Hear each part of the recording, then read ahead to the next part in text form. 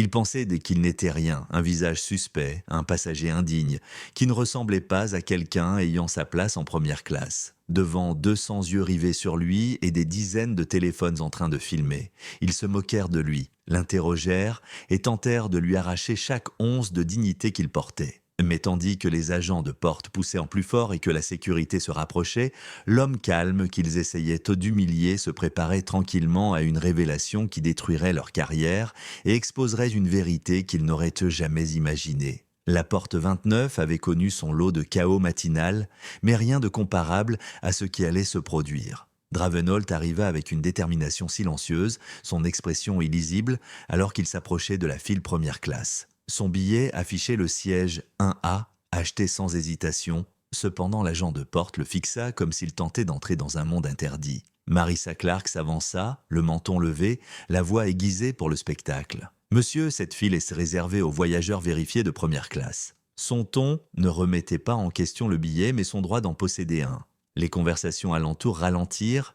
Un homme d'affaires donna un coup de coude à sa femme. Un adolescent leva son téléphone. L'humiliation commença avant même que Draven ne réponde. Il tendit son billet. « Je suis dans la bonne file. » Marissa n'y jeta pas un regard. « Ces sièges ne sont pas accessibles à tout le monde. Je dois m'assurer que vous ne tentez pas un surclassement. Vous n'avez pas payé. » Quelques passagers gloussèrent. Draven ressentit la brûlure de leur supposition. Mais son expression resta taillée dans la pierre. Il avait enduré bien pire. Il leva légèrement son téléphone, orientant la caméra pour enregistrer chaque mot, chaque rictus, chaque insulte. « Donnez-moi votre pièce d'identité, carte bancaire, preuve d'achat », exigea Marissa, sa voix montant volontairement, invitant le public à savourer le spectacle. Draven ne bougea pas. « Vous demandez une documentation que vous n'avez exigée de personne d'autre.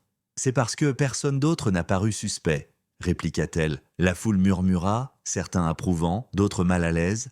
Quelques instants plus tard, la superviseure Elena Foster arriva, une irritation palpable autour d'elle. « Quel est le problème ?» Marissa répondit avant que Draven ne puisse parler. « Suspect. Tentative de première classe. Ne correspond pas au profil. » Les yeux d'Elena le balayèrent de haut en bas d'un regard froid. « Monsieur, mettez-vous de côté. » Il ne bougea pas. Les téléphones se multiplièrent. Un homme en casquette diffusait déjà en direct. « Ce type se fait cuisiner pour avoir essayé de monter en première classe. Vous n'allez pas croire ça. » Le téléphone de Draven vibra. Il le coupa. « Pas encore. Videz vos poches, » ordonna Elena. « Pour quel motif ? » ?»« Pour le motif que je l'ai dit. » L'agent de sécurité Kane Mercer arriva ensuite, posture rigide, cherchant à paraître autoritaire. « Monsieur, obéissez à la superviseure. Si vous causez des problèmes, nous escaladons. » Draven croisa calmement son regard. « Je coopère, je documente. » Cette phrase fit changer l'air. L'agent hésita, Marissa non. « Vous retardez le vol. Prouvez que vous avez votre place en première classe ou partez. » Ces mots dégoulinaient de jugement. Draven ouvrit lentement son portefeuille, déposant plusieurs cartes premium, son permis de conduire et une carte d'identification noire et élégante qui fit froncer les sourcils de Mercer. « Où avez-vous eu ça ?» demanda Mercer. « Elle m'a été délivrée », répondit Draven. Elena l'arracha. N'importe qui peut imprimer des cartes sophistiquées en ligne. Le diffuseur en direct haleta bruyamment. « Les gars, c'est grave, il n'écoute rien de ce qu'il dit. » 3 passagers de première classe passèrent devant eux sans la moindre question. Le contraste transperça la salle. Elena parla dans sa radio bruyamment. « Demande de direction régionale. Nous avons peut-être une tentative de fraude. » La tension s'épaissit. Chaque seconde alimentait l'humiliation. Draven vérifia son téléphone. Un message l'attendait, prêt pour ton signal. Il tapa 2 mots. Reste en attente. Le directeur régional, Paul Rennings, arriva avec une assurance corporative. Résolvons cela rapidement. Marissa répéta son accusation avec une nouvelle confiance. Il refuse de montrer une preuve suffisante. Paul tendit la main. Billet, reçu, vérification de paiement, n'importe quoi. Draven ouvrit calmement son porte-documents en cuir, sortant une pochette scellée.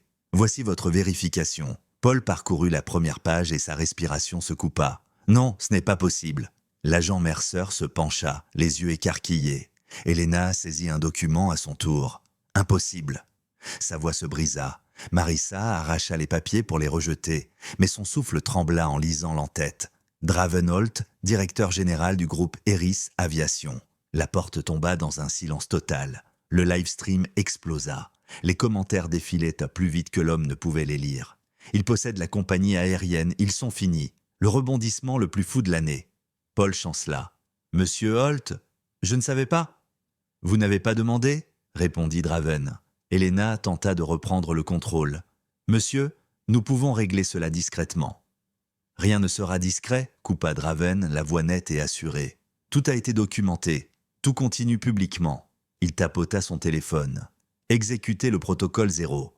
La radio de Mercer grésilla. Le siège l'appelait. Une voix beugla. N'intervenez surtout pas. Coopération totale avec le PDG Holt. Les jambes de Marissa fléchirent. Draven avança légèrement, s'adressant aux 3 employés. Vous m'avez profilé, humilié et escaladé la situation sans raison. Vous avez transformé un simple embarquement en interrogatoire public. Il laissa le silence retomber.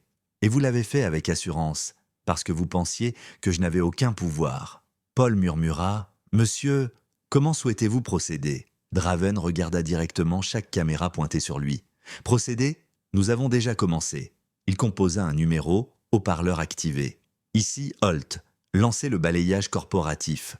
Tout le personnel de porte impliqué dans cette violation est relevé de ses fonctions, en attente d'enquête. »« Oui, monsieur. Action immédiate. » Le visage d'Helena se décomposa. Marissa se mit à trembler. Mercer avala difficilement. Draven se dirigea enfin vers la file première classe, sa place légitime depuis le début.